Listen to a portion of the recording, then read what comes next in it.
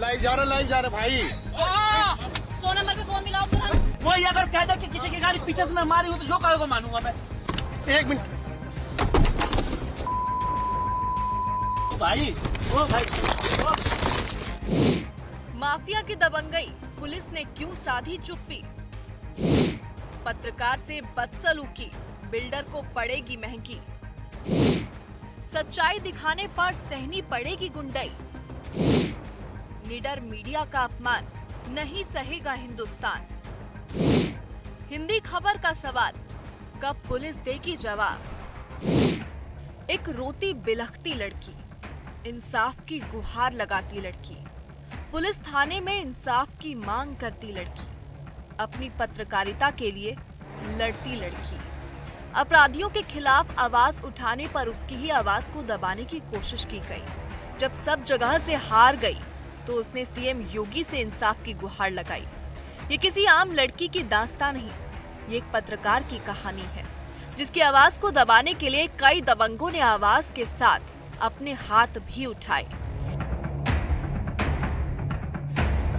UP के CM Yogi Adityanath लगातार अपराधियों के खिलाफ एक्शन की बात करते हैं, अवैध निर्माण पर बुलडोजर चलाते हैं। इसी मुहिम में हिंदी खबर भी सच का साथ देते हुए गाजियाबाद पहुंचा, जहां अवैध निर्माण का काम चल रहा था।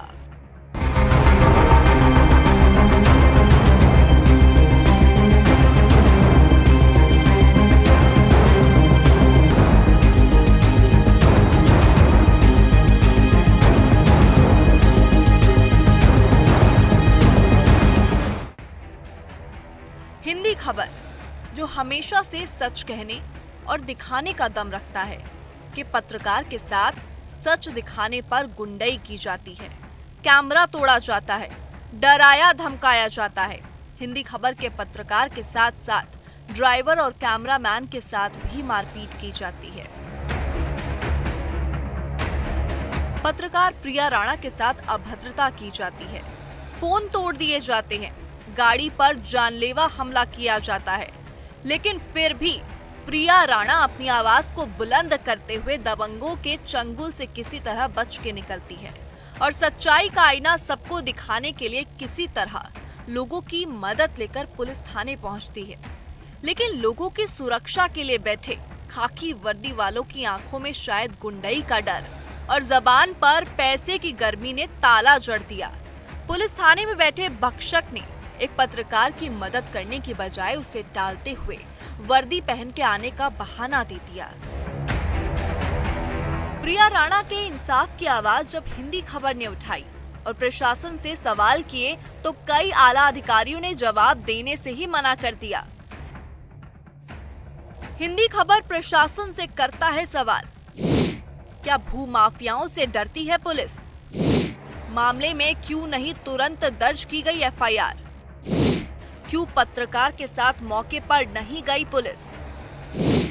क्यों मुख्य आरोपी को अभी तक नहीं पकड़ पाई पुलिस? पुलिस के नाक के नीचे कैसे हो रहा अवैध निर्माण? क्या पुलिस को अवैध निर्माण की नहीं थी जानकारी?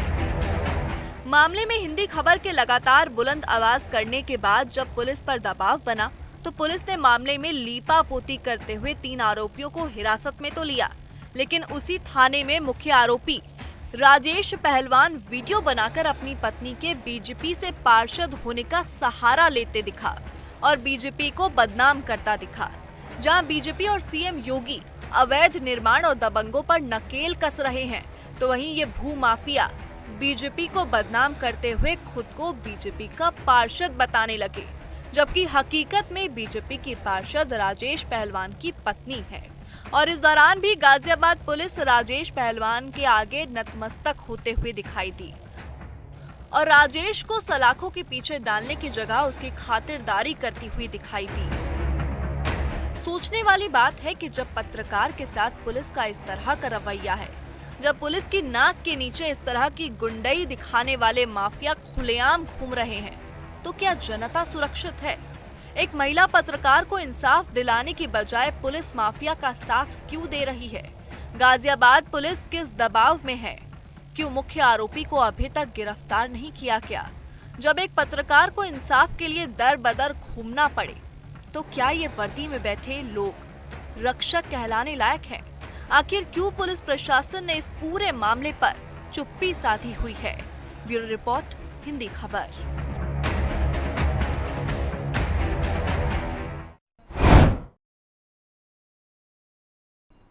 और खास पैनल हमारे साथ जुड़ा हुआ है, जिनसे आप सभी का तारुफ कराते हैं। स्टूडियो से मेरी सहयोगी प्रिया राणा हमारे साथ जुड़ी हुई है, साथ ही प्रियंका राणा जी जो कि सामाजिक कार्यकर्ता है हमारे साथ जुड़ चुकी है, प्राची अधिकारी जी भी हमारे साथ जुड़ चुके हैं, सामाजिक कार्यकर्ता, और पीड़ित एनआरआई भी हमारे साथ जुड़े हैं जिनका नाम डॉक्टर सौरभ सिंघल है। बहुत स्वागत करती हूँ सबसे पहले आप तीनों का। और शुरुआत डॉक्टर सौरभ सिंघल जी मैं आपके साथ करना चाहूंगी। मैं चाहूंगी कि आप अपनी कहानी अपनी जुबानी बताएं कि किस तरह से आपको प्रताड़ित इन लोगों की तरफ से किया गया था, राजेश पहलवान और उसके गुर्गों की तरफ से। सभी दर्शकों को नमस्कार। और मैं पहले तो इस जो वारदात हमारी बहन प्रिया राणा जी के साथ हुई है उनका उसका बहुत घोर खंडन करता हूं, और यूपी सरकार से आग्रह करता हूं कि जो जितने भी ये जो भूमाफिया हैं और जो क्रिमिनल लोग हैं इनकी गिरफ्तारी करके इनको इनको प्रिया जी को न्याय मिले।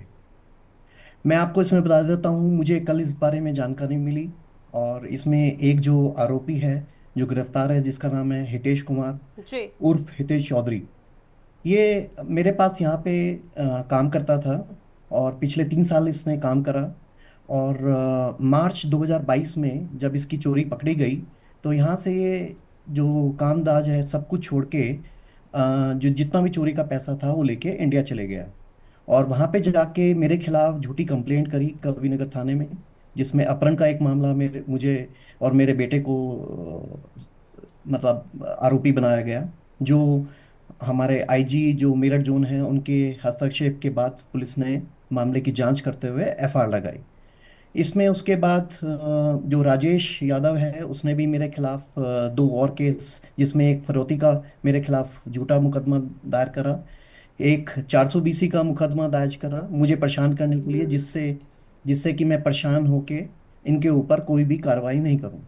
इसके अलावा हितेश यहाँ पे रवांडा के अंदर, अफ्रीका का एक छोटा सा देश है, यहाँ पे मेरे साथ जब काम करता था फर्जी दस्तावेज बनाकर उसने काफ़ी चीज़ें मेरे खिलाफ करी।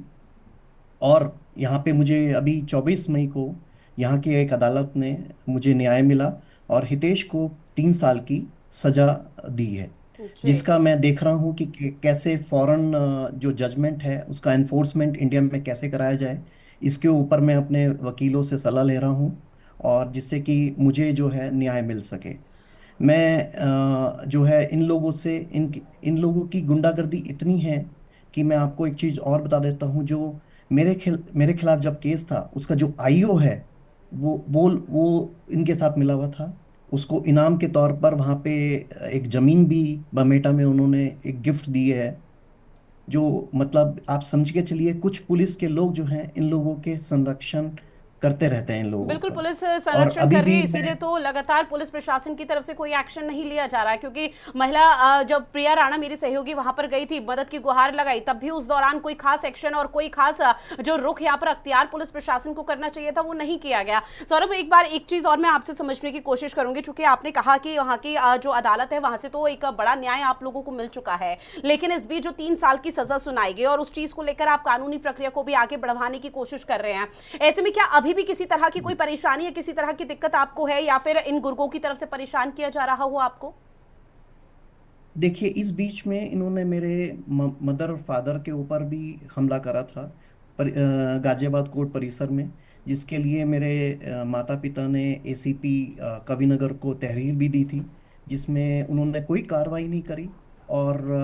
और अभी तक हम उसके लिए भी लड़ते रह रहे हैं, लेकिन कार्रवाई कोई नहीं हो रही है, क्योंकि कहीं ना कहीं ये बड़े लोगों का दबाव बनाकर पुलिस के ऊपर भी कुछ अपने पुलिस के लोगों को गिफ्ट वगैरह के रूप में, जैसे एक पुलिस के दरोगा है जिनको जमीन जो है दी गई है इनाम के तौर पर मेरे खिलाफ झूठा मुकदमा दर्ज करने के लिए। ठीक है, तो इन लोगों का कहीं ना कहीं एक पूरा माफिया है जो ये चल रहा है। और अभी तो मैं कहूँगा कि पुलिस ने कम से कम वहाँ पे जाने की हिम्मत तो करी बमेटा में, वरना इन लोगों के भूमाफियाओं के चक्कर में पुलिस तो पहले वहां पे जाने से भी डरती थी। जी। और मैं आपको इसमें और एक चीज बता दूं, ये जो हितेश है Recording यहाँ, in progress. हितेश चौधरी जो है, जो उर्फ हितेश कुमार है, इसका जो डॉक्यूमेंट में नेम है वो हितेश कुमार है, ना कि हितेश चौधरी। और ये बहुत अभी मैं देख रहा हूँ अपनी बहन के पीछे जो ये खड़ा है, हाथ लड़ा रहा है, ये बहुत क्रिमिनल किस्म का है। अगर आप इससे बात करेंगे बड़ी अग्रेसिव हो जाता है। ऐसे लोगों को अब तो बिल्कुल मैं कई भगवान तरह से की प्रार्थना यहाँ पर करता स्थिति हूँ। देखने को मिल पाई है। ऐसे में रेप के मामले को लेकर भी कुछ जानकारी यहाँ पर सामने आ पा रही थी। राजेश यादव या फिर हितेश, जिसका नाम लगातार आप ले रहे हैं, क्या इन पर कोई रेप का मामला भी दर्ज है? देखिए, इनके वो भी मेरे संज्ञान में है, लेकिन उसमें कैसे वो केस क्या हुआ वो पुलिस ही बता सकती है, क्योंकि ठीक है। वो भी एक संदेह का मामला है। आप उसमें अगर देखेंगे तो काफी चीजें सामने आएंगी। मैं अपने केस से रिलेटेड जो है मैटर ठीक है सौरभ, मैं आपके रुक साथ करूंगी डिस्कस कर आपका, और सकता ऐसे में हूँ। इंतजार यही रहेगा कि जल्दी से इन लोगों को यहाँ पर सजा मिले और जो अपराध यहाँ पर लगातार लंबे समय से पनप रहा है उसका भी न्याय पीड़ित पक्ष को मिलता हुआ नजर आए। प्रिया, आपका रुख करते हुए, क्योंकि दो खास मेहमान भी मेरे पास साथ जुड़े हुए हैं, उनका भी रुख करूंगी, लेकिन उससे पहले आपका, क्योंकि देखिए जिस तरह से सौरभ की तरफ से जिक्र किया गया, सौरभ की तरफ से सीधे तौर पर कहना कि पुलिस प्रशासन के जब आला अधिकारी मौके पर पहुंचते हैं और कार्रवाई करने की सोचते हैं तो बमेठा में उन्हें जमीन या फिर कुछ गिफ्ट कर दिया जाता है या लालच दे दिया जाता है। क्या ये मानकर चला जाए कि इसी वजह से पुलिस प्रशासन यहाँ पर कोई कार्रवाई नहीं कर रहा है, इसलिए नतमस्तक है भूमाफियाओं के सामने पुलिस? हाँ बिल्कुल, देखिए क्योंकि जिस तरीके से मेरे साथ पूरी घटना इन लोगों ने घटित की, चारों तरफ से मुझे घेर लिया, कपड़े फाड़ दिए गए, मेरे साथियों को बंधक बना लिया। जैसे तैसे मैं चौकी पर पहुंची, जहां पर मैंने उन्हें कहा कि मात्र एक फ़ोन मुझे करा दीजिए, मेरे फ़ोन लूट लिए गए हैं। लेकिन उस चौकी इंचार्ज जिसका नाम परवीन है, उसने देखिए एक फ़ोन तक नहीं कराया और कहा कि मैं वर्दी बदल कर आता हूँ। उसके बाद और भी आला अधिकारी वहां पर मौके पर इकट्ठा हुए, लेकिन जो गंभीरता लेनी चाहिए थी, क्योंकि हमने जैसे देखा तस्वीरों में कि खुद देखिए राजेश यादव वहां चौकी पर मौजूद है। जब पुलिस की संरक्षण में वो पल रहा था, हम लोग एफआईआर दर्ज करा चुके थे, तो वहां से वो कैसे फरार हो गया? अगर चौकी से वो फरार हुआ है तो आप खुद ही सोचिए कि इसके लिए, इसकी पूरी साजिश के लिए कौन जिम्मेदार है? पुलिस के वो अधिकारी जिम्मेदार हैं जिसकी संरक्षण में रहकर वो वहां से फरार हो गया।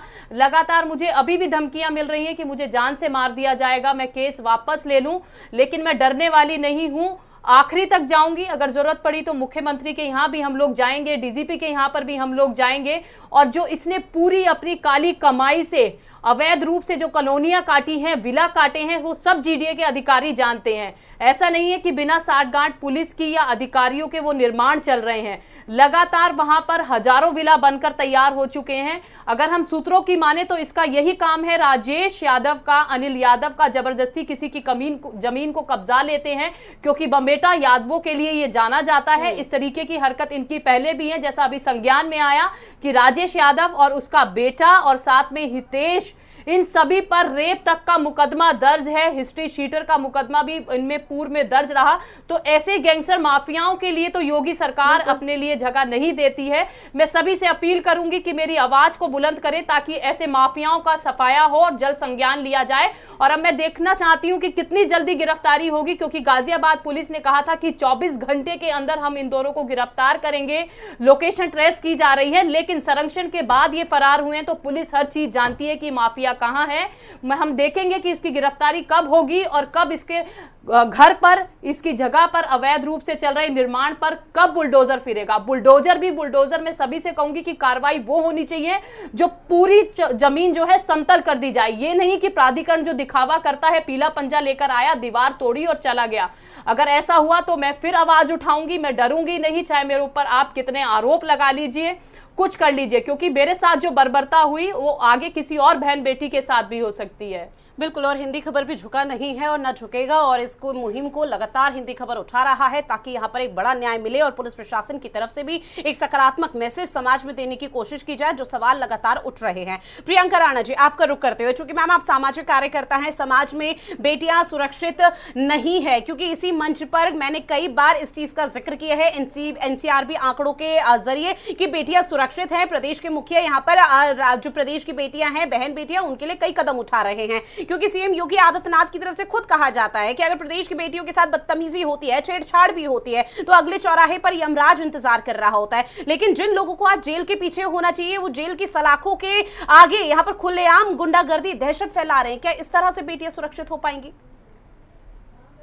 होना तो बहुत कुछ चाहिए और बोला भी बहुत कुछ जाता है। दावे बड़े बड़े किए जाते हैं इलेक्शन के टाइम पे। देख लीजिए आप किस तरह से यहाँ तक कि हमारे जो गृह मंत्री हैं वो तो ये भी कहते हैं कि रात के 2 बजे भी आप पूरे देश के अंदर कहीं भी हमारी जो बहन बेटियां हैं वो स्कूटी लेकर के कहीं निकल जाए वो बिल्कुल सुरक्षित हैं। लेकिन आप अभी देख लीजिए कैसे जो अभी प्रिया राणा के साथ हुआ है और किस तरह से जो पहले भी जो पीड़ित हैं वो किस तरह से बता रहे हैं। और ये तो मैं हर रोज देखती हूँ। अगर आप चले जाइए जितने भी ये बाहुबली लोग हैं और जिनको सत्ता का नशा उनके अंदर इस तरह से नशा बन करके चढ़ा हुआ है, अहंकार इतना आ जाता है और प्रशासन किस तरह से उनका संरक्षण करता है, ये आम बात है। ये हर एक आम नागरिक जानता है और इस तरह की चीजें अक्सर सामने आती रहती हैं। लेकिन बात तभी आती है कि क्या इस तरह की चीजें ऊपर तक पहुंच पाती हैं, क्या हमारे जो सीएम योगी हैं वहां तक ये बातें पहुंच पाती हैं। तो वहां तक पहुंचाना बहुत जरूरी है,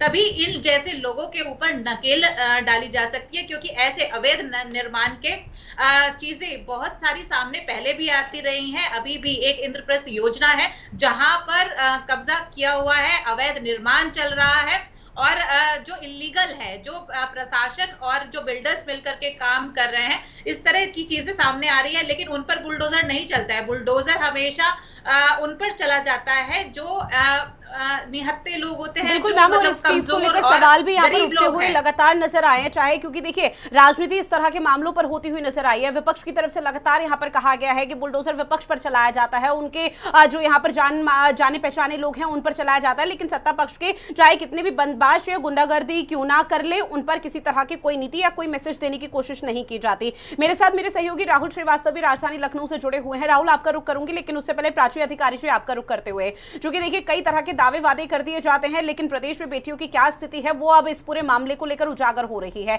ऐसे में मैम कैसे समझा जाए, क्योंकि देखिए एक महिला पत्रकार और एक आम लड़की होने में बहुत फर्क होता है। अगर ये घटनाक्रम पहले तो किसी के साथ भी नहीं घटना चाहिए। ये घटनाक्रम अगर किसी आम लड़की के साथ घटा होता, वो किस ट्रॉमा में अभी रह रही होती, उसका अंदाजा लगाना बेहद आसान है। हालांकि हिंदी खबर और पूरी जो तमाम लड़कियां हैं वो इस वक्त प्रिया राणा के जज्बे को सलाम कर रही है, सैल्यूट कर रही है, जो इस मंच पर अपनी आप बीती को सुना रही है और अपनी आवाज को मुखर कर रही है। लेकिन उसके बावजूद भी सवाल कि इस तरह के गुंडों पर आखिर एक्शन क्यों नहीं लिया जाता, क्यों इस तरह के गुंडे बदमाश बेटियों की आबरू से खेलने के लिए उतारू हो जाते हैं और पुलिस प्रशासन इनके सामने नतमस्तक।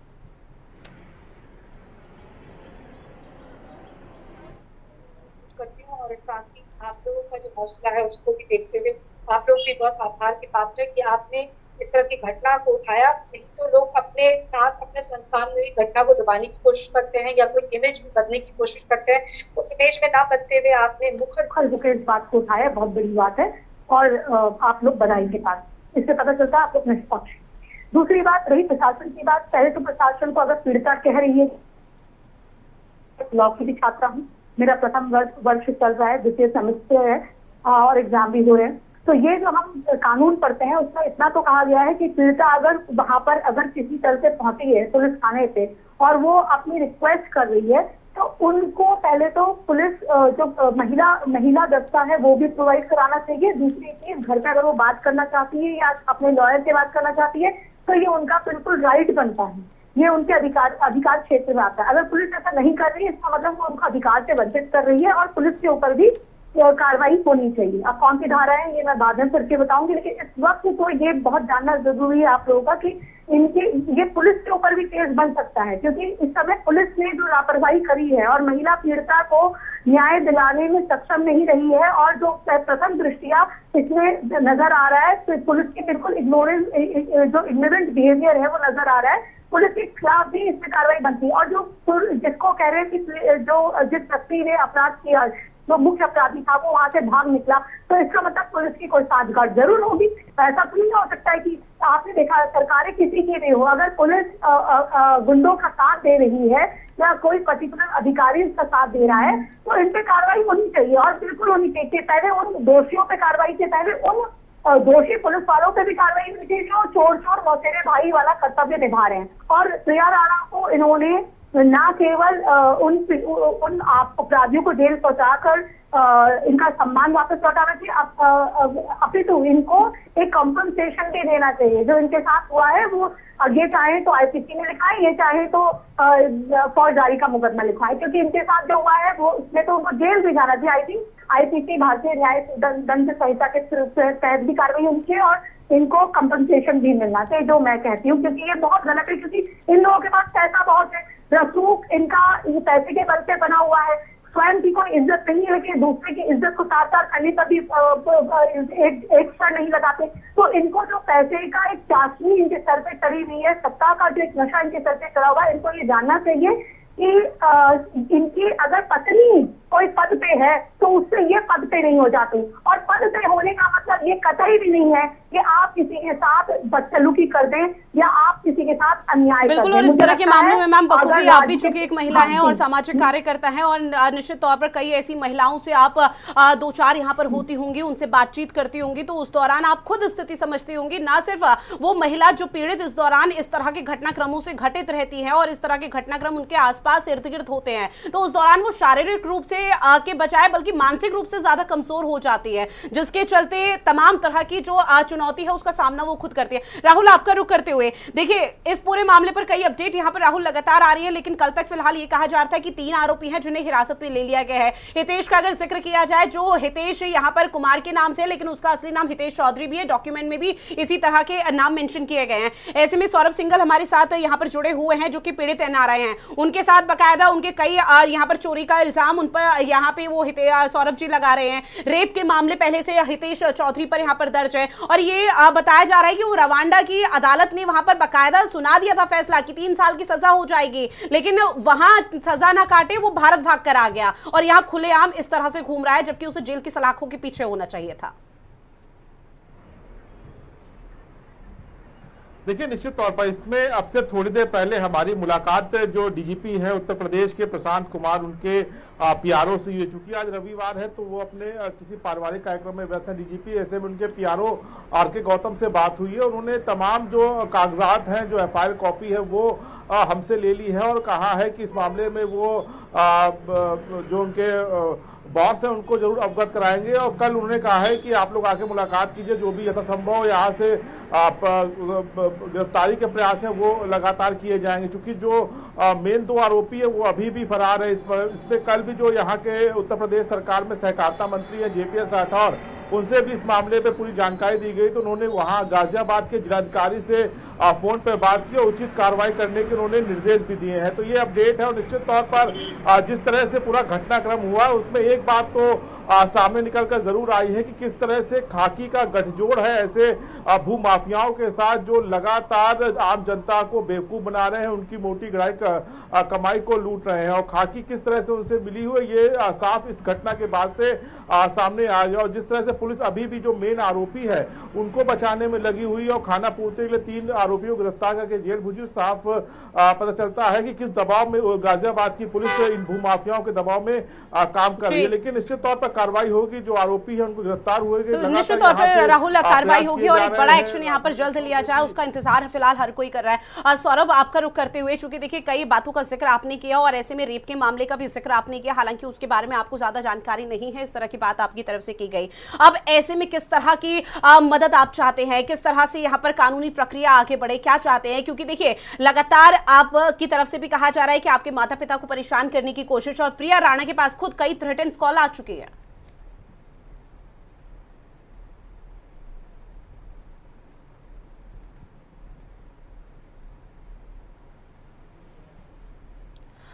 सौरभ, रुक करूंगी, आपकी आवाज फिलहाल मेरे पास तक नहीं पहुंच पा रही है। प्रिया, चूंकि देखिए अब पूरे मामले पर कार्रवाई को निश्चित तौर पर आगे बढ़ाया जाएगा। राहुल मेरे सहयोगी लगातार जानकारी भी साझा कर रहे थे, आपने भी सुना कि अब जिला अधिकारी से जो गाजियाबाद के हैं उनसे बातचीत हो चुकी है और एक यहाँ पर कहीं ना कहीं आश्वासन के तौर पर देखने को मिल पा रहा है। अब चूंकि कार्रवाई तो आगे बढ़ जाएगी, लेकिन इंसाफ और न्याय तो तभी मिलेगा जब इस तरह के अवैध जो चीजें हैं यहाँ पर पनप रही थी उसे नेस्तनाबूद कर दिया जाएगा, ताकि आने वाले समय में किसी भी तरह से कोई गुंडा, बदमाश, माफिया पैर ना पसार पाए। हाँ बिल्कुल, देखिए मैं लगातार यही कोशिश आगे भी करूंगी कि ऐसे माफिया जो लगातार सक्रिय हैं उन पर लगाम लग सके, क्योंकि देखिए अगर उन्हें सजा भी मिल जाती है तो उससे कुछ नहीं होगा, लेकिन जब उनकी बहन बेटियों पर इस तरीके से हाथ डाला जाएगा, बंधक उन्हें बनाया जाएगा, तब उन्हें एहसास होगा कि आखिर दर्द क्या होता है। क्योंकि लगातार हमें जो भी खबरें मिल रही हैं अपने सूत्रों के आधार पर, ये बड़े माफिया हैं, रेप जैसे मुकदमे इन पर दर्ज हैं, हिस्ट्री शीटर हैं, भूमाफिया हैं, वहां पर अपना पूरा जाल इन लोगों ने फैला रखा है। तो उम्मीद करूंगी मुख्यमंत्री योगी आदित्यनाथ से, और साथ में अपील भी कर रही हूं कि ऐसे भूमाफियाओं का सफाया हो, ताकि जड़ से ऐसे लोग जो हैं इनकी पार्टियों से बाहर हो सके। और वही लगातार जो ये कह रहे हैं कि पार्षद है राजेश यादव, पार्षद इनकी धर्म पत्नी है, तो कहीं ना कहीं इंसाफ की उम्मीद हिंदी खबर भी कर रहा है। बिल्कुल इंसाफ की उम्मीद है, और उम्मीद फिलहाल यही कि सीएम योगी आदित्यनाथ जल्द ही इस पूरे मामले पर संज्ञान ले, और जो जीरो टॉलरेंस बुलडोजर की नीति से यहां पर उत्तर प्रदेश फिलहाल लोकप्रिय है, मुख्यमंत्री के उसके के नाम से जाने जाते हैं, तो वो नीति एक बार फिर से गाजियाबाद में देखने को मिल पाए। बहरहाल आप तीनों मेहमान हमारे साथ जुड़े उसके लिए बहुत शुक्रिया। राहुल जानकारी साझा की उसके लिए शुक्रिया। प्रिया मेरी सहयोगी स्टूडियो से हमारे साथ जुड़ती, प्रिया आपका भी बहुत शुक्रिया। फिलहाल हमारी खास पेशकश में इतना ही। आप बने रहिए हिंदी खबर के साथ। नमस्कार।